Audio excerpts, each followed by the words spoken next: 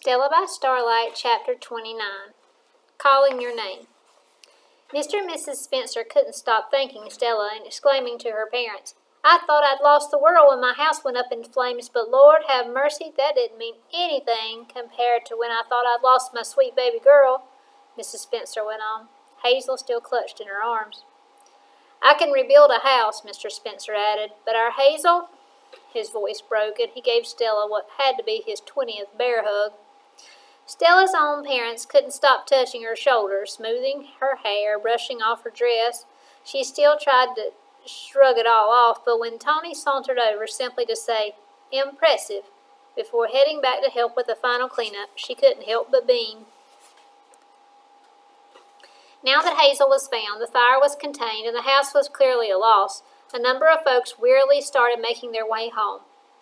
Some, however, stayed behind to toss one last layer of water and dirt on the smoldering remains. "You know we're all going to help you rebuild, Hobart," Papa told Mr. Spencer. "Every one of us." "We're mighty grateful, Jonna," Mr. Spencer replied. He looked so very tired. Stella's father had more to say. "Since my mama passed on last year, her house has just been sitting there empty. I want you to head on over there for tonight, for as long as you need. It's small, but it's got a good solid roof." Mr. Spencer's face flooded with gratitude as he murmured his thanks once more. It was after midnight by the time Stella and her family dragged into their house, bone-weary and covered with soot. But when Stella finally got most of the ash and smoke off and fell into bed, her sleep was troubled. She tossed and turned, dreaming about dragons and ghosts, about fire and water, about snakes and hidey holes. Sunday morning came too soon, but their little church was packed. Families who usually came only for holidays filled the pews with scrubbed and subdued children. Men who usually skipped church to go fishing, and men who stayed late at the local bar and slept in on Sunday mornings, squeezed themselves in with the rest of the community. Just before the first note of the first song rang out, the Spencer family, all 15 of them, made their way down the center aisle. Their clothes were the same soot-stained ones of the night before, but every face was scrubbed clean, every chin held high. Hazel was wedged between her parents. As they walked past, every single person in the church stood and applauded. Once the family was seated, Mrs. Hawkins raised her arms for the choir to begin. The song she chose was, to Stella's mind, perfect. "Hush." "Hush, hush," the bass and tenors sang first. "Somebody's calling my name." The altos joined in. "Hush, hush, somebody's calling my name." Finally, the sopranos. "Hush, hush, somebody's calling my name." Then everyone together. Oh my Lord, what shall I do?" The next verse was sung with deep, growling passion. Stella joined in loudly. "I'm so glad that trouble don't last always. I'm so glad that trouble don't last always. I'm so glad that trouble don't last always. Oh my Lord, what shall I do, what shall I do?" "Hush, hush, somebody's calling my name. Hush, hush, somebody's calling my name. Hush, hush, somebody's calling my name. Oh my Lord, what shall I do, what shall I do?" When Pastor Patton finally came up to the pulpit, Stella could tell every single person there was wondering what he would say. He began with a prayer. "Dear Lord, you have seen us through good times and bad, through adversity as well as triumph. We thank you that no lives were lost yesterday, that you saved every member of the Spencer family. Houses can be rebuilt, people cannot." A chorus of amens moved through the church. "Sometimes we're not sure which path to take, whether it is time to fight or time to wait. Help us to make the right decision, Lord, and help us to stand with nobility, no matter what, and to live without fear. Amen." He looked across the pews. Is it possible to be scared and brave at the same time? Stella crunched up her forehead, not sure of the answer. The pastor walked away from the pulpit, closer to the congregation. "I was fixing to preach about David and Goliath this morning because David was young and brave and faced an enemy who seemed to be impossible to defeat. But I changed my mind. This morning is too important." Stella picked at a hangnail, but for the first time in many Sundays, she tried to pay close attention. The pastor continued, "We sang this morning about somebody calling our name. That song is about listening to the voice of the Lord, about being ready when we are called." Jojo elbowed Stella and pointed to his left foot. A thin line of brown ants was crawling across his big toe, and he was trying not to giggle. Stella clamped her hand over her mouth, stifling her own snickers. Without warning, the pastor called out loudly, "Stella Mills, please stand up. I'm calling your name." Huh? What'd I do? Her heart thudded as every last person turned to look at her. She touched her hair, positive it was a mess, and wondered if the pastor had seen her laughing at the ants. "Get up, Stella," her mother urged, nudging her. Slowly, Stella stood. In the center of the 5th row of pews, she stood, nervous, wondering what was going on. "This young person is going to be the subject of my sermon today," Pastor Patton said. Stella's knees nearly gave out. "Me?" Her parents looked just as dumbfounded. "Stella Mills is 11 years old," the pastor continued. "But she represents all the children here today. Her own brother, the children of the Hawkins family, the Winstons, the Bateses, the Malones, little Claudia Odom, all the families with children, too many to mention them all, and all 13 of Brother Spencer's brood, which is practically a small town in itself." Out of the corner of her eye, Stella caught Tony and John Steve and Randy pointing at her and grinning.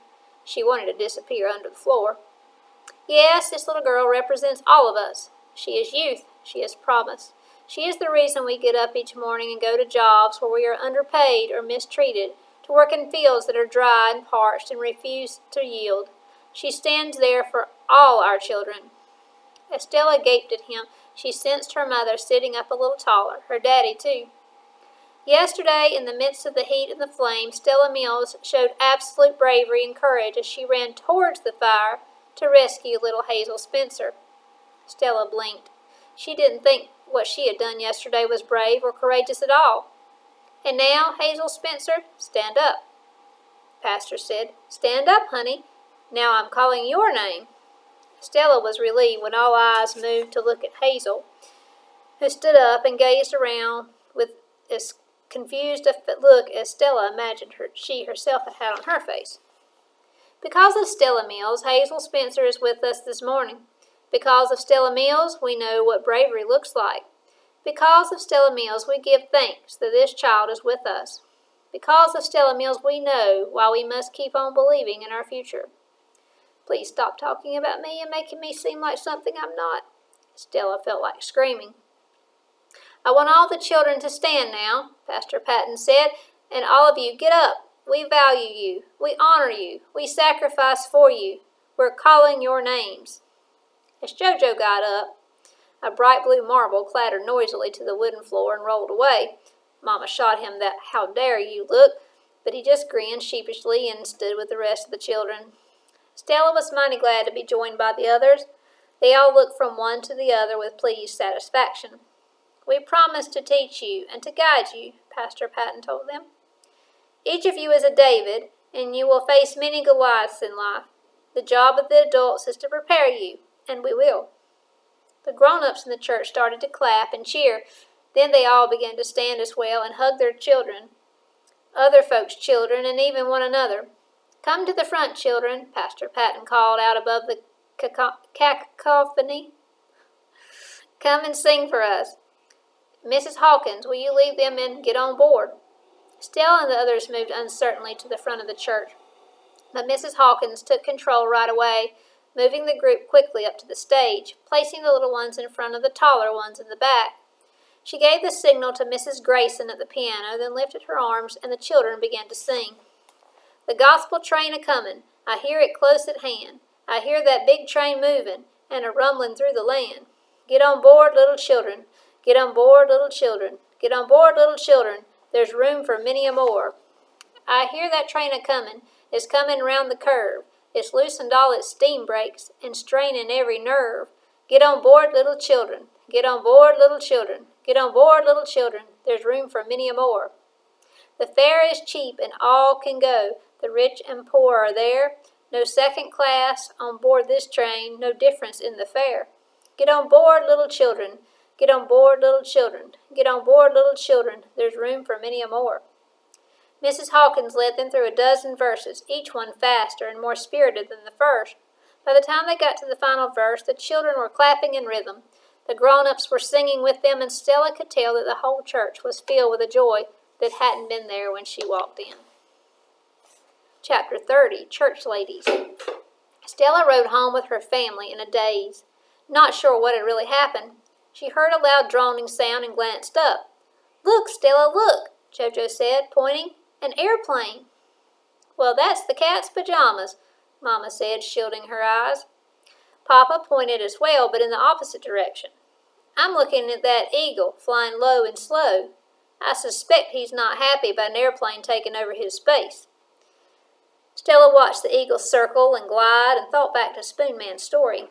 "I bet you felt like you were going to pass out at church," Jojo teased her once both the airplane and eagle had flown out of view. "I almost did," Stella agreed. "But then you dropped that marble and folks looked at you instead." "About those marbles," Mama began. Papa interrupted gently. "Leave the boy alone, Georgia. Today is Stella's day." "I get a good feeling right here when I think about what you did, Stella girl," he said, tapping his chest. "'Cause she didn't upchuck or faint?" Jojo asked. "No, silly, because she was brave." "But I really wasn't, Papa," Stella insisted. "I just figured out where Hazel was hiding."